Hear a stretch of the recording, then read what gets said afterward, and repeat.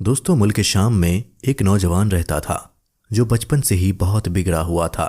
आजकल अगर कोई बिगड़ा हुआ हो तो लोग कहते हैं कि इसके माँ बाप ने इसे बिगाड़ा है, लेकिन उसकी माँ तो शरीफ औरत थी। उस नौजवान के बचपन में ही उसके बाप का इंतकाल हो गया था, लेकिन उसका बाप बहुत सारी दौलत और जायदाद छोड़कर मरा था, जिसकी वजह से वो लड़का ऐशो इशरत की जिंदगी गुजार रहा था। उसकी माँ उसको समझाती कि बेटा, अल्लाह ताला ने हमें बहुत सी दौलत दी है, अल्लाह ताला ने हमें निमतों से नवाजा है, तो इस दौलत को हमें गरीबों में बांटना चाहिए, उनकी मदद करनी चाहिए, किसी बेवा का, किसी यतीम का ख्याल रखना चाहिए, ना कि तुम इन पैसों को हरामकारी में उड़ा दो। मैं जानती हूँ कि तुम गुनाह की तरफ लग चुके हो, और मैं ये भी जानती हूँ कि तुम वो गुनाह कर रहे हो जिसकी सज़ा सिर्फ और सिर्फ जहन्नुम की आग है। माँ ने बेटे को जहन्नुम की आग के बारे में बताया, जहन्नुम की आग याद दिलाई, लेकिन बेटा उसकी बात नहीं सुनता और कहता कि मैं ऐसा कुछ नहीं करता जिसकी वजह से तुम्हें शर्मिंदगी हो।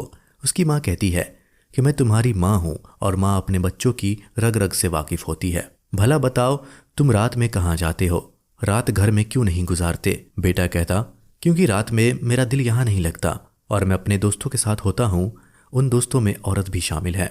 तुम मेरा वक्त बर्बाद करती रहती हो, जल्दी कहो, मैं जा रहा हूँ। उसकी माँ ने कहा कि अब तुम जितने गुनाह करो उनको लिख लिया करो। बेटे ने कहा, यह क्या बात हुई?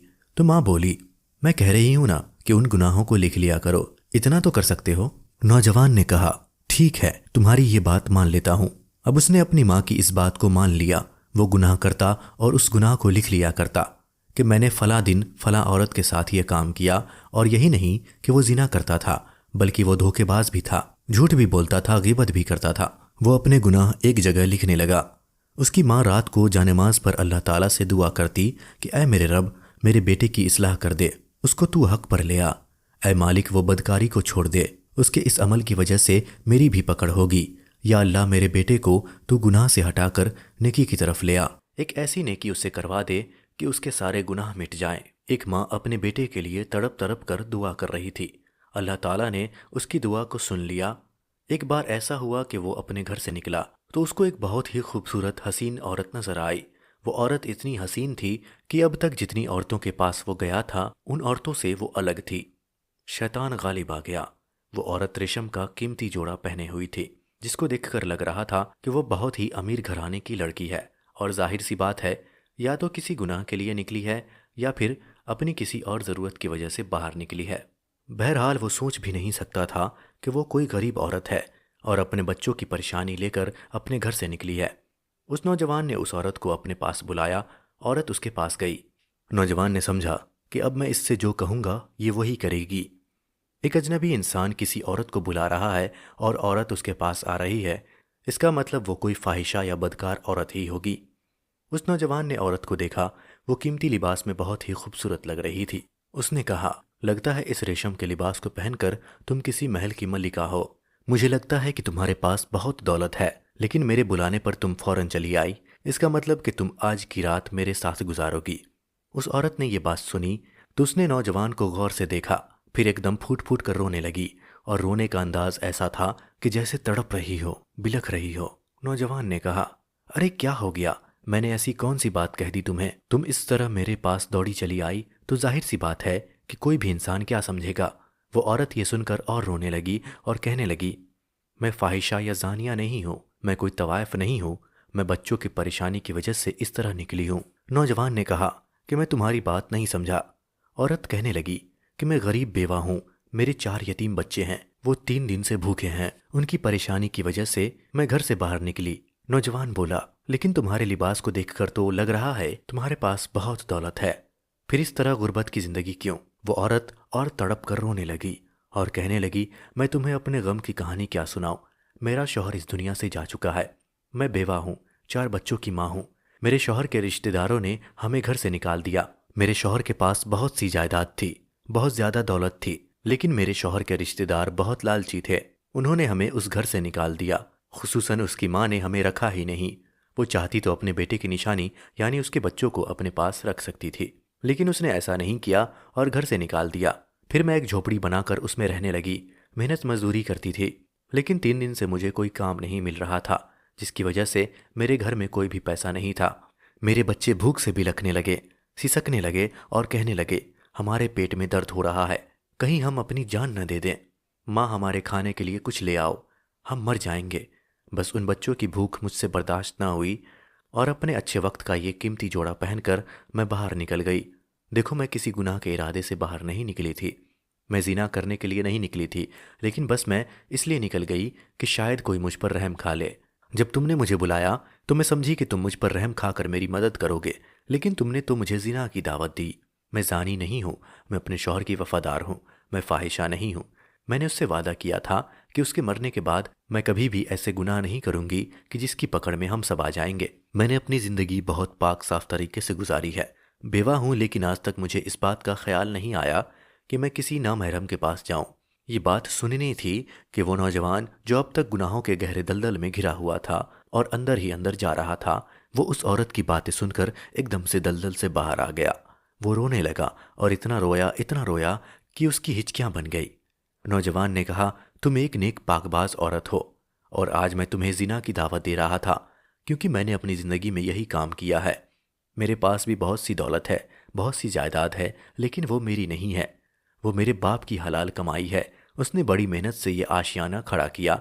میری ماں مجھے روکتی رہی کہ گناہ چھوڑ دو، زنا کاری چھوڑ دو، لیکن میں نہیں رکا۔ لیکن آج تمہاری یہ بات سن کر میرے دل میں اتنی زیادہ شرمندگی آ رہی ہے کہ میں بتا نہیں سکتا۔ اس نے فوراً اپنی جیب سے بہت سارے درہم نکالے اور اس عورت کے ہاتھ پر رکھ دیے اور کہا، جاؤ اپنے بچوں کو پیٹ بھر کے کھانا کھلاؤ۔ وہ نوجوان دل میں بہت خوش تھا اور خوشی خوشی اپنے گھر کی طرف دوڑا چلا جا رہا تھا۔ جب گھر میں داخل ہوا تو اس کی ماں نے اسے دیکھا اور پوچھا، بیٹا آج کیا غضب ہو گیا؟ تو ہمیشہ نشے کی حالت میں گھر میں آتا ہے اور گھر کے دروازے کو زور زور سے پیٹتا ہے، مگر آج یہ ادب تیرے اندر کیسے آیا؟ اس نے کہا، ماں تو جانتی ہے نا کہ میں نے 50 سے زائد گناہ کیے ہیں، زناکاری کی ہے، عورتیں ہمیشہ میرے پہلو میں رہی ہیں، مگر آج میں نے زندگی میں پہلی بار ایک نیکی کی ہے۔ اس کی ماں بہت خوش ہوئی، لگتا ہے دعا قبول ہو گئی۔ ماں نے کہا، گناہ تو لکھتے رہے ہو، اب تم اس نیکی کو بھی لکھ لو۔ وہ نوجوان سجدے میں گر گیا، 2 رکعت نماز ادا کی، اللہ تعالیٰ سے سچی توبہ کی، یا اللہ میرے گناہوں کو مٹا دے، یا اللہ میری اس نیکی کو تو قبول کر لے۔ اب سوچئے وہاں پر وہ بیوہ عورت اس کے حق میں دعا کر رہی ہے، یہاں پر اس کی ماں اس کے حق میں دعا کر رہی ہے، خود وہ نوجوان سچی توبہ کر رہا ہے، تو وہ رب جو بڑا رحیم اور کریم ہے، آخر وہ اس کی نیکی کا کیا بدلہ دے گا؟ یہ تو اسے بعد میں پتہ چلنے والا تھا۔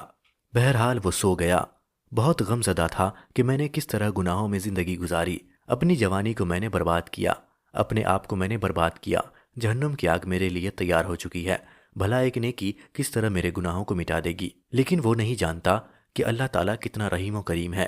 بہرحال وہ سو گیا۔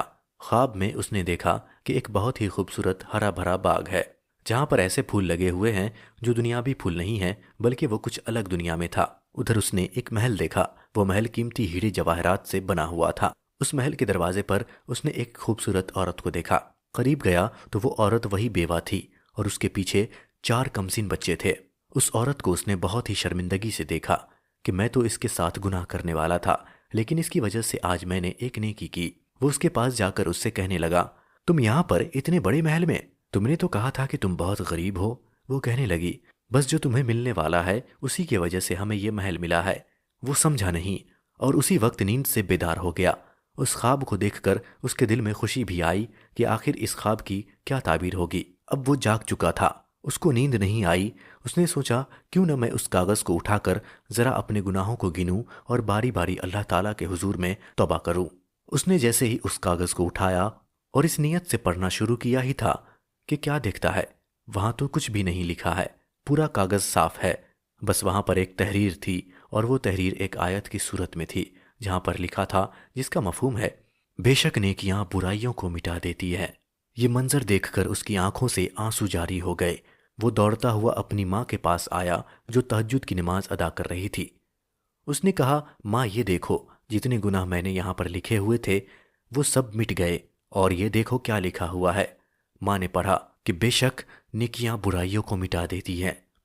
ماں نے کہا، بیٹا تو نے جو نیکی کی تھی اس نیکی کو قبول کر لیا گیا ہے، اور تیرے گناہ جو تو ہر رات کرتا تھا، ہر دن کرتا تھا، سب مٹ گئے ہیں۔ اب تجھے میرے ساتھ اس عورت کے گھر جانا پڑے گا۔ بیٹا بولا، لیکن ماں کیوں؟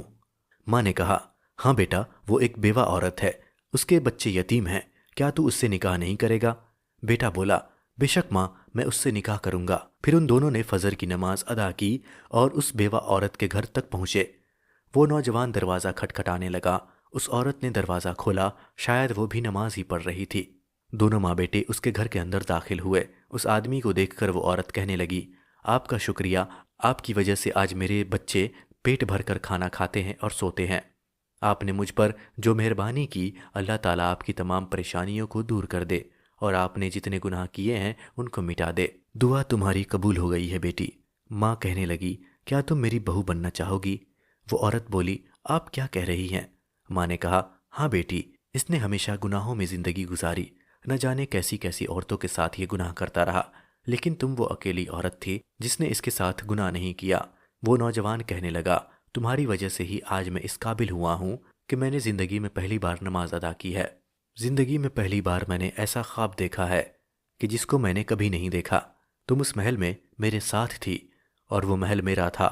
इसका मतलब तुम्हें मेरी बीवी बनना है। इसके बाद उन दोनों का निकाह हुआ और उस नौजवान ने उन चारों यतीम बच्चों को भी बाप की मोहब्बत दी। इस तरह वो नौजवान जो ना जाने कितने गुनाह कर चुका था, एक नेकी ने उसकी ज़िंदगी को बदल दिया। वो महल उसके लिए तैयार कर दिया गया है जहाँ पर वो अपनी बीवी और उन बच्चों के साथ रहेगा। सुभान अल्लाह। अल्लाह ताला हमारी एक नेकी को कबूल कर लेता है। इसके लिए कभी भी आप ये सोच कर नेकी से पीछे ना हटें कि ये नेकी छोटी है, मैं ये क्यों करूं, इससे मुझे क्या फ़ायदा होगा। न जाने उसकी गई नेकी से आपकी ज़िंदगी बदल जाए, आप जो गुनाह करते हैं वो गुनाह मिट जाए। बस अल्लाह ताला पर तवक्कल करें, वो बहुत ही मोहब्बत करने वाला है अपने बंदों से। अल्लाह ताला हमें नेक अमल करने और बुराई से बचने की तौफीक अता फरमाए। आमीन, अल्लाहुम्मा आमीन। प्यारे दोस्तों, आज की इस वीडियो में इतना ही। मिलेंगे आपसे किसी और वीडियो में, तब तक के लिए खुदा हाफिज़।